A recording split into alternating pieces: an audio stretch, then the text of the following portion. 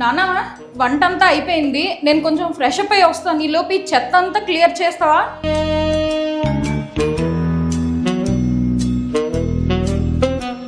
Wow, భలే చేసావు నానా.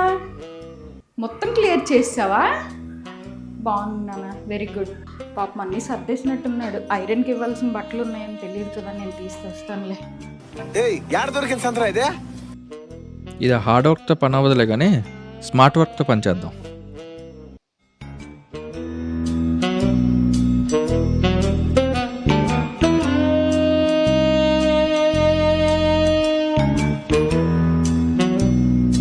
ఏంటన్నా అది?